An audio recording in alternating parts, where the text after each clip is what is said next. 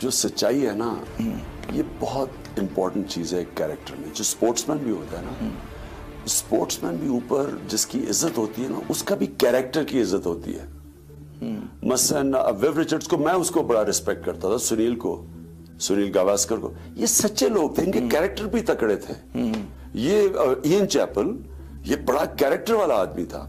तो कैरेक्टर के लिए सच्चाई बड़ी जरूरी है। और ये जो हमारे ऊपर टीम पे धब्बे लगे मैच फिक्सिंग के, इससे हमें बड़ी बदनामी हुई, टीम की, प्लेयर्स की बदनामी हुई, पाकिस्तान की बदनामी हुई। और अगर मैं अपनी प्लेयर्स को आगे से कोई चीज कहूं, जो सच्चाई है ना, ये आपको बहुत बुराइयों से रोकती है, ये आपको रिस्पेक्ट देती है।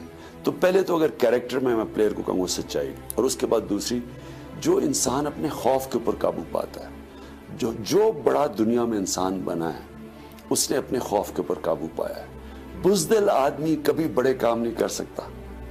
वाह जनाब, बिल्कुल सही कहा इमरान साहब आपने कि खेल का जो मैदान होता है वो किसी इम्तिहान गाह से कम नहीं होता।